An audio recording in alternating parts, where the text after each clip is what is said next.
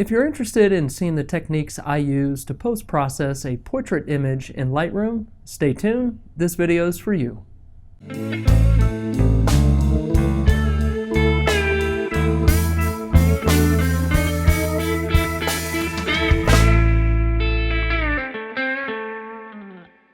Since my last video on post-processing a downtown image of Chicago in Lightroom, I received a handful of questions regarding my techniques on post-processing a portrait image.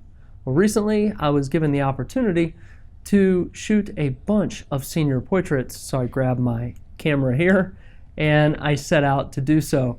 Now I decided I'm going to take one of those images and showcase some of my techniques. Now, one thing to keep in mind is that there is no one right way within Lightroom. It is full of creativity, so keep that in mind as we step through this. The other thing to note is that I shoot in RAW. I like RAW because it allows the camera to capture all possible information. So with that said, let's have some fun and jump right in. I had many images to choose from, and by looking at this image right here, you can see it's overexposed, and you might even think this was a really sunny day. But the background on this particular day and when this shot was taken is this. Shortly after this image, it started to rain. It was actually cloudy and gloomy out, and there was some wind blowing, and there was a slight sway in this bench that she's laying on. So with that said, let's take a look at the settings that we had on this camera. I was in aperture priority. The shutter was set to 1/60th of a second at an f-stop of 2. The ISO was set to 800, and I was using my fixed 50mm lens here. Now with the settings at an f-stop of 2, one thing to keep in mind in fixed 50 is that our focal plane is not very deep at all. It's probably 4 or 5 inches, I'm guessing on that. And I focused right on her eyeball right here. Now shooting at 1/60th of a second is fine. However, as I mentioned, this bench was slightly swaying. So with that in mind, I don't think we got the sharp tack-on focus I was hoping for. But this image has a lot of potential, and I'm going to show you how we're going to recover and really turn this into an image that is going to wow people.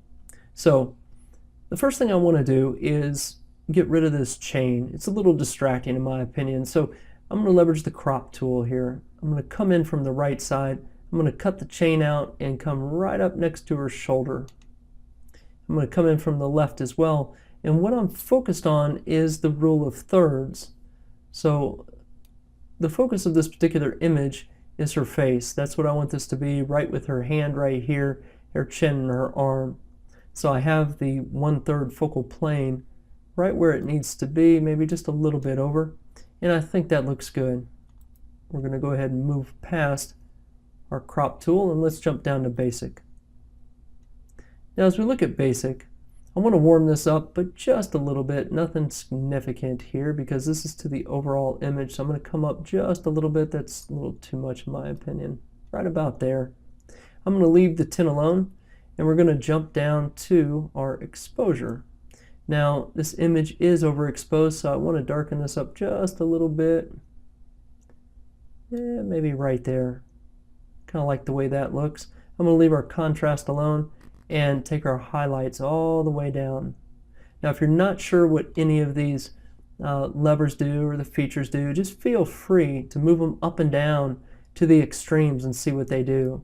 I typically don't go to extremes that often, but I will do that on highlights just to deaden those a bit. I'm going to take our shadows and bump these up, and because I like to pull detail out of the shadows when I can. Now in this case I'll come up to about 60. Now when it comes to whites and blacks, one little tip here is this. You can hold down the shift key and then double click on whites.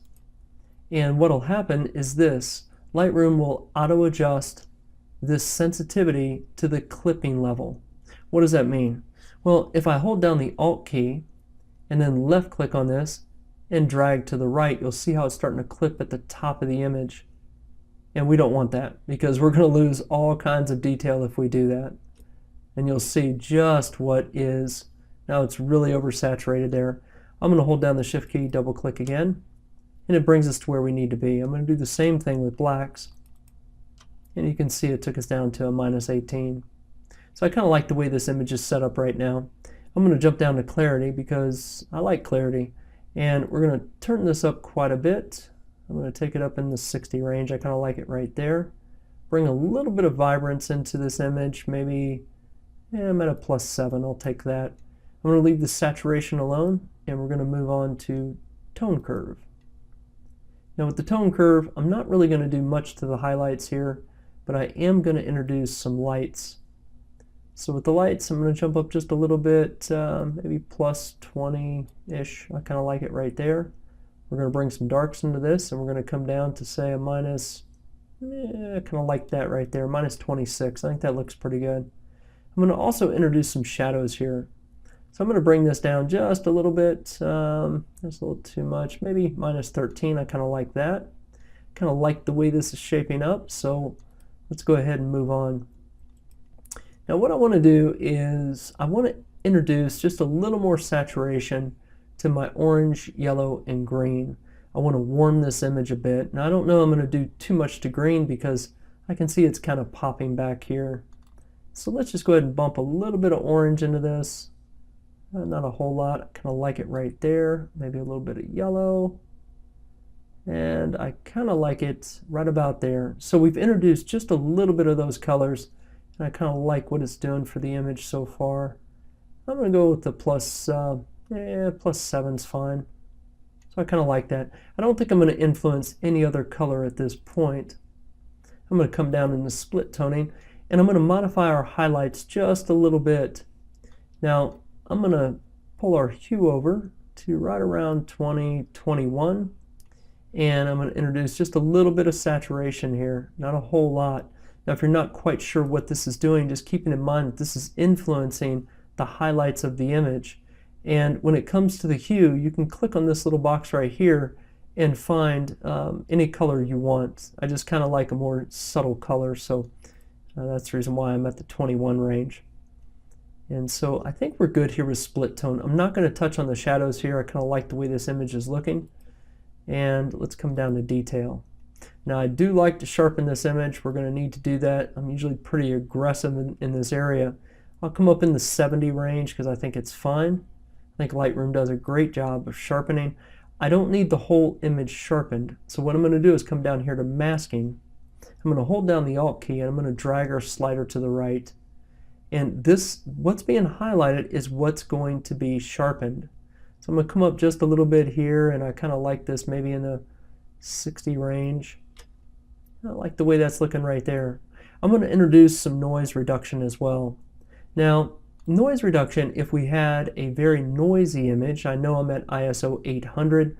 I don't think that's too bad at all, but let's go ahead, and if I pull it all the way to the right, it's too much, although I do kind of like that, but I think that's a little too over the top, so I'm going to bring that back a little and settle up in the 40 range. I kind of like that right there. It helps to smooth out the image, and I think it looks good. So let's go down to lens corrections. Now Lightroom has some built-in intelligence to know that I'm using that fix 50, and it'll make some adjustments based on the lens I had attached to the camera. Now when I enabled the profile corrections, you can see how it really sort of boosted this image, and it almost looks even more overexposed on the outside. But I do like vignetting, so I think that's going to take care of that. I'm going to leave this enabled. Yeah, I'll leave that enabled. Let's do that. Let's come down to effects. And here we are in the vignetting, so I'm going to bring in quite a bit of vignetting, and I kind of like it right about there. I think that looks good. And at this point, I'm not going to mess with the camera calibration, and I'm going to come back up to the top here. Now when I'm at this stage in my process, I like to take a closer look at her face, and I'll also maybe touch on the background, darken this up just a little bit. And as I look at the subject's face, what I'm going to do is start off with the teeth, and I'll show you what we can do right here to kind of make this pop just a little bit. And we'll take a look at the eyes. We're also going to look at the complexion and see if we have any blemishes we need to touch up. And let's go ahead and jump into that right now. So I'm going to start off by zooming in, and we're going to take a look at her face. So right here I can see there's just a little blemish right here, maybe a couple little spots here. It's not a big deal at all, but the way we address this is with the spot removal tool. So I'm going to go ahead and grab this right here, come over to the blemish, and I am going to, I like feather at 100% by the way, and my size, the size will range. All I'm doing here is just moving it up and down with the center wheel on my mouse. So I'm going to come up just big enough to really kind of cover the size of the blemish. And what you see on the outer ring, it looks like a donut, right? But on that outer ring, that's really where the feather comes into play. So all I'm going to do is just click once, right on top of the blemish, and let's see how it does. I like that. It's gone. It's like it disappeared. So we got some smaller ones down here. I'm just going to bring our size down quite a bit. And I'm going to click again. And that's good. We're going to come here. Maybe increase this just a little. Click again. I kind of like the way that looks right there. And just a couple little touch-ups here and there. So that's not a big deal. I like the way that looks. And we're going to take a look. Right up here we have just a few more touch-ups. So we're going to touch up right here. And that looks good. And you can also paint with this tool. I'm usually not a big fan of that. So I'm just going to just single click at this point. Like I say, there's just a couple of spots here and there. There's nothing major, but this is a tool at your disposal that you can use and just do little touch-ups here and there. Okay, I kind of like that. I think we're in good shape here. And the next thing I'm going to do is just hit done. Come back down the face. I'm going to take a look at the teeth. So one thing to notice about the teeth is this. You can see how we have a little bit of yellowing back here, and it's on both sides, just a little bit over here. Sometimes this is just because of the lighting, and it could be because of the white balance of the camera. But nonetheless, I'm going to show you how we can correct this real quick. I'm going to come over here to the adjustment brush, and I'm going to go ahead and just paint over this area right here of the teeth. Now, you can come over here and take a look at the flow. I like my flow around 50% because it gives me the option to put it on a little thicker if I want. The size and the feather, I like a little more of a feather with mine. I have it set to 81. But with this said, I'm going to go ahead and just jump in and paint this area. Now I can see this is going on kind of dark, and I'll tell you why in just a minute.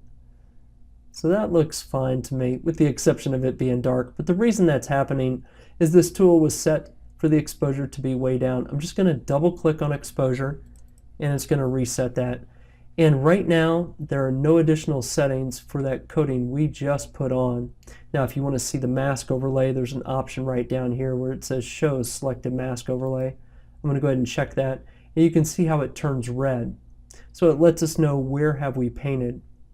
Now, in this particular case, as we're working on the teeth, what I like to do is I'm going to go ahead and increase the exposure slightly. And I'm going to bump this up to, just a little bit. Maybe 0.38. I'm going to go ahead and take off our mask overlay so we can see it a little better. Now the other thing I'm going to do is I'm going to take a look at the temps here. And what I want to do with the temps is I want to make it a little cooler. I want to bring in some blues here. One way to combat yellow is with blue.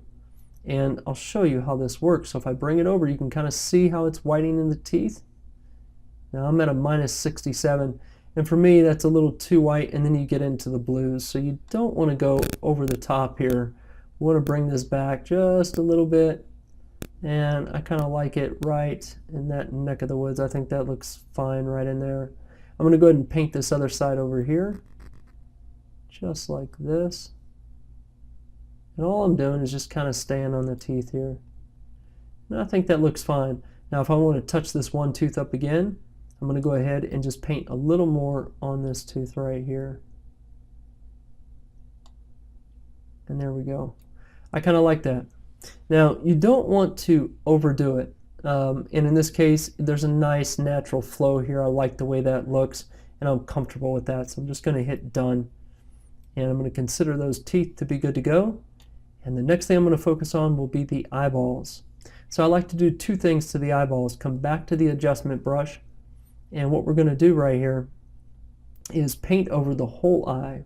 And I'm going to do so on both sides. So I'm going to come down, just make it a little bit smaller. Yeah, kind of like that size is fine right there. You don't have to be exact with it, but try to keep that center circle into the eyeball. The outer circle is the feather area, so you're okay to kind of go over the eye with that. So all I'm doing is just kind of painting over the eye, one pass, and again our exposure is set way down, so I'm going to bump that up. And now we're back to normal right there. I kind of like the way that looks. I'm going to go ahead and paint this eye as well. And again, I'm just making one pass. I can make a second pass later if I want to apply more effect to it. So there we go. I kind of like that right there. Now there's no adjustments being made yet. So with that in mind, I'm going to leave the temp and the tint alone. We're going to come down to the exposure because I want to brighten this up just a little bit. Maybe not too much, maybe right about there looks good. You want to be a little careful of this spot right here. I don't want to oversaturate that with white, so we're going to leave that as it is. I'm going to introduce just a little bit of contrast, or actually I think I'm going to take it away. You can see if I slide it far left how it helps to brighten the eye just a little bit and soften it up. So I'm going to bring that down just a little bit. I kind of like it right about there. And I'm going to leave the highlights alone. I'm going to come down here to our shadows, and I'm going to increase this just a little bit so we can pull some out of the shadows. I kind of like that. I'm going to introduce some clarity here because I like my clarity. I really like eyes to kind of pop when I can. So 45 looks good. I'm going to leave the saturation alone, come down here to the sharpness, and I'm going to turn this up just a little bit as well. And there you go. So I kind of like the way that looks right there, and I can tell by looking at the eyes that we are not tack sharp here. And again, I attribute that to this shutter speed of 1/60th of a second. But it is okay. I think this is definitely usable and doable, so we're going to stay the course here. So I'm going to go ahead and make one more application for the eyeball, and all I'm doing is coming over here, and I'm going to select New. And what I'm going to do is paint right here on the color of the eye itself. Let's go ahead and do that.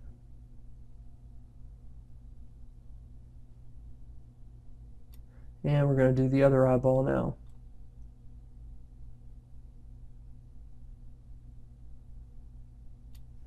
And again, I'm going to go ahead and bump the exposure back up. So now no additional adjustments have been made to this portion of the eye, and that's fine. So what I'm going to do right here is introduce some color temp, and I want to bring out the blues in her eyes. So I'm going to bring this down just a little bit, and you can see how it's almost introducing kind of this slate gray if we're all the way to the side. I want a little more blue than gray, so I'm going to bring it back just a little bit, and I kind of like that right there. I'm going to come down to exposure because I want the eyes to pop a little bit, so I'm going to bring them up just a little more, introduce a little more light to the color of the eye. And I think that looks good right about there. Now I'm going to come down here to clarity and bump this up just a little bit. Even though we did clarity the whole eye, I like to bring a little more to the color itself. And I think right about there is fine. Introduce just a little bit of saturation here. Not a whole lot. Maybe, yeah, a little bit more. About right there. I kind of like that. And the last thing I want to do is introduce a little color. So I'm going to go ahead and choose a blue. And you can kind of see how it's making that eye pop just a little bit. Maybe right there. It's more purple. Let's go with that. Kind of like that. And I can also increase the saturation if I want to bring a little more of that color into it. I won't go too off the top with it, just to enhance the blue a little bit. So I kind of like that. And at this point, I'm going to hit done, and our eyes are done, and the teeth are done. And I'm going to go ahead and zoom back out. You can see how the eyes kind of pop at this distance. I really like the way this image is coming together. Now, there is one more thing I want to do, and I want to darken this background just a little bit. I kind of like the way it looks, but I want the focus to be right up in here and not so much on the background. So I'm going to go ahead and do one more adjustment brush. And you can see where we have 3 points of adjustment right now. We have 2 on the eyes and 1 on the teeth, and that's great. That's fine where we want to be. I'm going to increase the brush size quite a bit, and we're going to go right about here, and I'm just going to start brushing. I'm just holding down and painting as I go. come up over around the back side, come back over here on the back of the legs, just like that. I'm going to come down here into the corner. And I kind of like that right there. Now, I don't want the exposure to be -4. I'm going to go ahead and reset that. And what I'm going to do here is just maybe bring this down a little bit. About like that right there. And let me see if I want to introduce any sort of color temp here. We can bring that up a little bit and kind of warm the overall image, keeping in mind just how gray of a day this was. So I kind of like that right there. Maybe bring it down just a little bit more here. I kind of like it.